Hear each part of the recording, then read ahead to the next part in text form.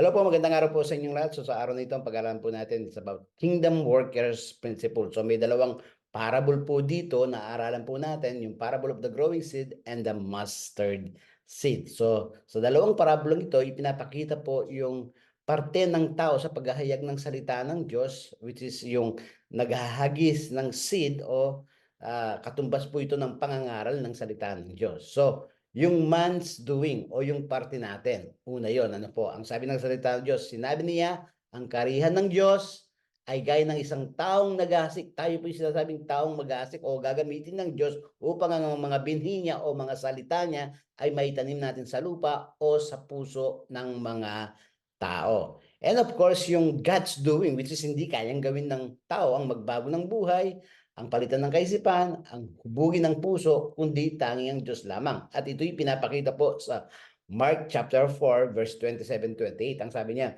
natutulog siya, tayo po, kung gabi at bumabangon tayo, kung araw.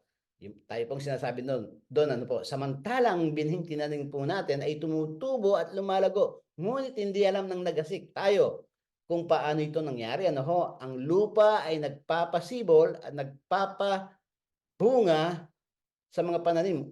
Usbong muna ang lumilitaw, saka ang tangkay, pagkatapos nahihitik ito sa butil. So makikita po natin yung process na ginagawa ng Diyos. Tayo magtatanim, pero yung pagsibol, pag-usbong ng seed, ano ho, ang pagde-develop nito ay hindi po natin gawain mga nagasik. Ito po yung gawain ng Diyos. Gawain ng Diyos magbago ng isip, ng kalooban, ng puso ng tao, hindi po natin kayang. Kaya ito'y God's doing po o parte ng Diyos. Pero ang nakakatuwa po, God is partnering with us. Ganon din, sabi niya, pag nahinog, tayo pa rin ang uutusin ng Panginoon na mag-aani nito. So it's all benefits po sa ating parte. Ang sabi ng salita ng Diyos, ano, kapag hinog na ang mga butil, agad niyang itong ipagagapa sapagkat panahon na para ito'y ahanihin. Yes, tayo po rin po ang magbebenepisyo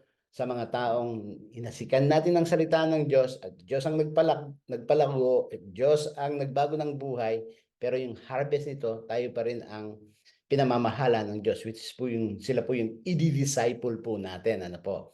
So yung susunod po na parable ay po yung parable of the mustard seed. Ano ho? So dito po yung mustard seed po dito ay it pertains about our work, yung ginagawa natin para sa Panginoon. So God is not looking for a bigger assignment work na dapat po natin gawin.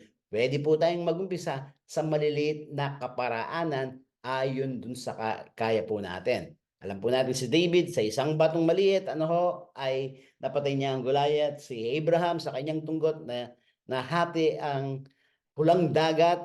So God, it always start with little things. So dito po, it pertains about yung little things na pwede natin gawin sa kariyan ng Diyos.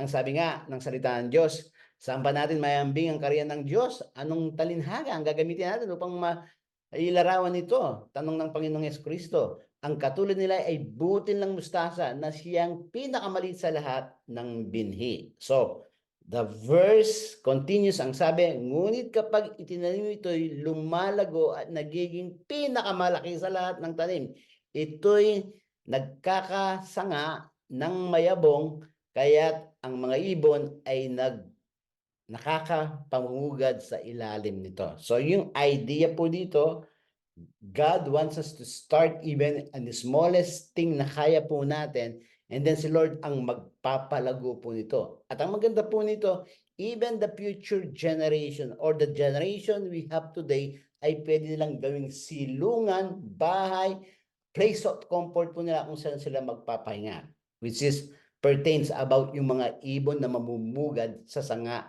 ng butil ng mustasa.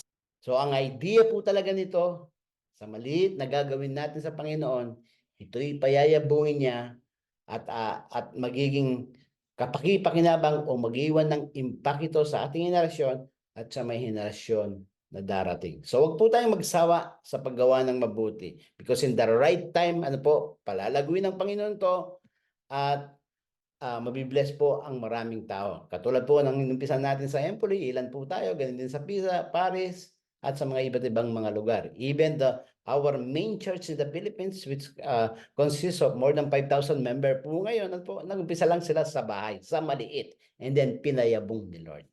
So, wag po tayong magsawa sa paggawa ng mabuti, paglilingkod sa Panginoon, sapagkat in the right time, God will bless us. God bless you all po.